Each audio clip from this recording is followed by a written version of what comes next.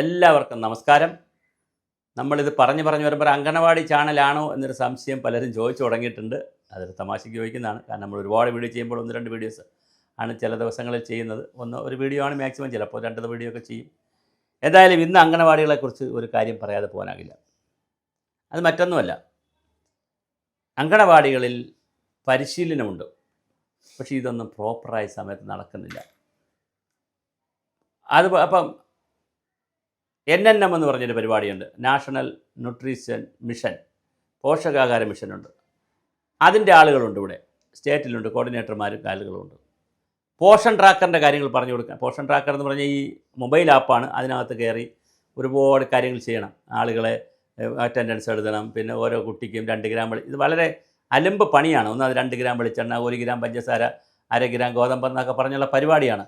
അപ്പോൾ അത് വളരെ ബുദ്ധിമുട്ടാണ്. അപ്പോൾ അത് മാത്രമല്ല, ഇതിപ്പോൾ ചില സ്ത്രീകൾ പറയുന്നത് രാവിലെ അങ്ങോട്ട് നെറ്റ് ഓൺ ചെയ്താൽ അവർ 10,000 രൂപയുടെ ഫോൺ വാങ്ങിക്കൊടുക്കാൻ പറഞ്ഞ്, ഇവിടെ നമ്മളെല്ലാവരും കൂടെ വാങ്ങിച്ചു കൊടുത്തപ്പോൾ 5,000 രൂപയുടെ ഫോൺ എന്താണ് വാങ്ങിച്ചു കൊടുത്തിരിക്കുന്നത്. ആ ചെറിയ ഫോൺ വെച്ചിട്ട് അതിനകത്ത് അരിയാട്ടും പോലെ കറക്കമാണ്. രാവിലെ കറങ്ങാൻ തുടങ്ങിയാൽ വൈകുന്നേരം ആയാലും ഇത് കറങ്ങിത്തീരത്തില്ല. പക്ഷേ സമയത്ത് ഇതൊക്കെ അടിച്ചില്ലെങ്കിൽ, കയറി അടിച്ചില്ലെങ്കിൽ എന്ത് കിട്ടില്ല, ഇൻസെൻറ്റീവ് കിട്ടത്തില്ല. അപ്പോൾ ശമ്പളത്തിന് പുറമെ ഇൻസെൻറ്റീവിൻ്റെ പ്രശ്നവുമുണ്ട്. അപ്പോൾ ഇൻസെൻറ്റീവ് കിട്ടണമെങ്കിൽ ഓരോ പല കാര്യങ്ങൾ ചെയ്യുന്നതിനും ഇൻസെൻറ്റീവ് ഉണ്ട് അവർക്ക്. അപ്പോൾ ഇൻസെൻറ്റീവ് കിട്ടുക, ഈ അറ്റൻഡൻസ് പോവുക, അതുപോലെ പോഷകാഹാരങ്ങൾ കൊടുക്കുന്നതിൻ്റെ ഫോട്ടോസ്, ഒരുപാട് കാര്യങ്ങളുണ്ട്. പഴയ അംഗനവാടിയല്ല, പിള്ളേരെ വിളിച്ചിരുത്തി 4 അക്ഷരം പറഞ്ഞു കൊടുത്ത് ഉച്ചയ്ക്ക് കഞ്ഞിയും കൊടുത്ത് വൈകുന്നേരം ഉപ്പുമാവും കൊടുത്ത് വിടുന്ന അംഗനവാടിയല്ല ഇപ്പോൾ. വളരെ ഹൈടെക് പ്രൊഫഷണൽ രീതിയിലാണ് അംഗൻവാടിയിലെ ചിന്തകളും പോക്കും. പക്ഷേ എന്താണ്, രാജാവിൻ്റെ വേഷവും പിന്നെ എന്താണ് എരപ്പാളി സ്വഭാവം എന്നൊക്കെ പറയുന്ന രീതിയിലുള്ള കാര്യങ്ങളുണ്ട്. വേറൊരു കഥയുണ്ട്, കണ്ടാൽ രാജാവിനെ പോലെ ഇരിക്കും, പക്ഷേ ഇടുന്നത് എരപ്പാളി വേഷമാണെന്ന് പറഞ്ഞാൽ യാതൊരു ക്വാളിറ്റി ഇല്ലാത്ത വേഷം ധരിക്കാൻ, അങ്ങനെ കളിയാക്കി പറയാറുണ്ട്. എന്ന് പറഞ്ഞ പോലെയാണ് അംഗനവാടിക്കാരുടെ ഒരു അവസ്ഥ.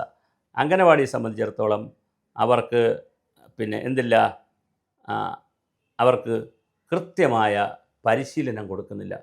പിണറായിയിൽ ഒരു പരിശീലന കേന്ദ്രം ഉണ്ട്, അവിടെ കൊണ്ടുപോയി പരിശീലനം കൊടുക്കുന്നു എന്ന് പറയുന്നു. പക്ഷേ അങ്ങനെയാണെങ്കിൽ അത് പിണറായി എന്ന് പറയുന്നത് ഇരിക്കുന്നത് കണ്ണൂർ ജില്ലയിലെ ഒരു സ്ഥലത്താണ്, അത് വളരെ റിമോട്ട് ഏരിയയിലാണ്. അപ്പോൾ ഇവർക്ക് എന്തുകൊണ്ട് ഒരു ഗൗരവമായ, ഇപ്പോൾ കിലയൊക്കെ ഉള്ളതുപോലെ ഒരു ഗൗരവമായ പരിശീലന കേന്ദ്രം എന്തുകൊണ്ട് അംഗനവാടികൾക്ക് ആലോചിച്ചുകൂടാ? അത് ശിശുക്ഷേമ സമിതി, വനിതാ ശിശുക്ഷേമ വകുപ്പ് ഗൗരവമായി ആലോചിക്കേണ്ട ഒരു വിഷയമാണ്. അംഗനവാടികൾക്ക് വളരെ കൃത്യമായി ഒരു പരിശീലന കേന്ദ്രം ആരംഭിക്കുന്നതിനെക്കുറിച്ച്. കാരണം അവർക്ക് കൃത്യമായ ഒരു നല്ല പരിശീലനം കിട്ടുന്നില്ല. അത് മൊബൈൽ, പ്രത്യേകിച്ച് പ്രായമായ ഒത്തിരി ആളുകളുണ്ട്. ഇപ്പോൾ 62 വയസ്സ് വരെ ജോലി ചെയ്യാം.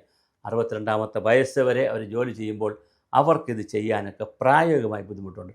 അതിനിപ്പോൾ CDPമാരും സൂപ്പർവൈസറും പറഞ്ഞ മക്കളെ കൊടുത്ത് ചെയ്തുകൂടെ, അമ്മയെ കൊടുത്ത് ചെയ്തുകൂടെ, ഭർത്താവിനെ കൊടുത്ത് ചെയ്യുന്നതിന് 62 വയസ്സുകാരിക്ക് എത്രയായിരിക്കും ഭർത്താവിൻ്റെ പ്രായം?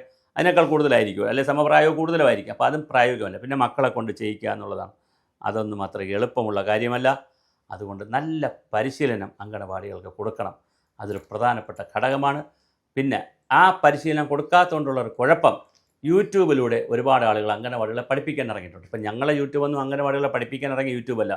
അംഗനവാടി ഫ്രീഡം ഫോറം എന്ന് പറയുന്നത് സേവന വേതന വ്യവസ്ഥകൾക്ക് വേണ്ടി പോരാടുന്ന സംഘടനയും സംവിധാനമാണ്. പക്ഷേ അംഗനവാടികളെ പഠിപ്പിക്കാൻ ഒരുപാട് പേര് ഇറങ്ങിയിട്ടുണ്ട്, യൂട്യൂബിൽ ഇറങ്ങിയിട്ടുണ്ട്. അതൊന്നും ഒരു ഔപചാരികതയുള്ളതല്ല, ഒരു അംഗീകാരമുള്ളതല്ല, ആതൻറ്റിക്കല്ല. വെറുതെ കണ്ണിൽ തോന്നുന്നത് വായിൽ തോന്നുന്നത് കോതയ്ക്ക് പാട്ട് പോലെ പോഷൻ ട്രാക്കറിൽ അങ്ങനെ ചെയ്യുക, ഇങ്ങനെ ചെയ്യുക, അതിങ്ങനെ വന്നു, ഇങ്ങനെ ഒരുപാട് കാര്യങ്ങൾ പറയുന്നതാണ്.